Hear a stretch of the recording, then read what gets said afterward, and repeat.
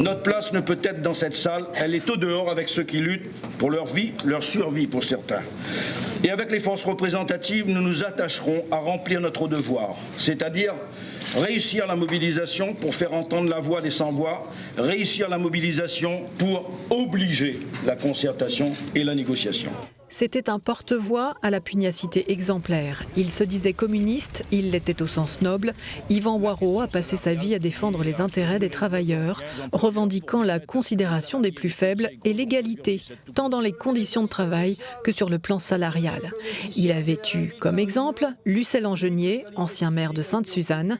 C'est à la mairie en tant que secrétaire général qu'Yvan Waraud débute sa carrière au sein de la fonction publique territoriale.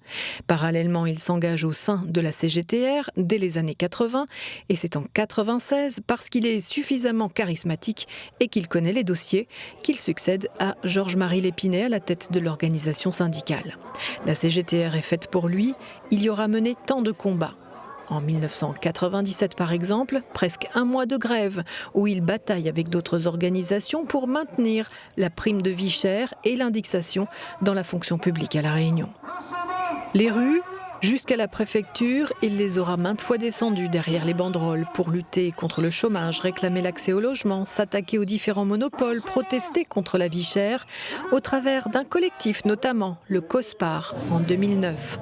Yvan Waraud militait pour défendre la dignité des Réunionnais et il savait qu'il fallait d'abord répondre à l'urgence sociale avant de travailler sur les projets de société.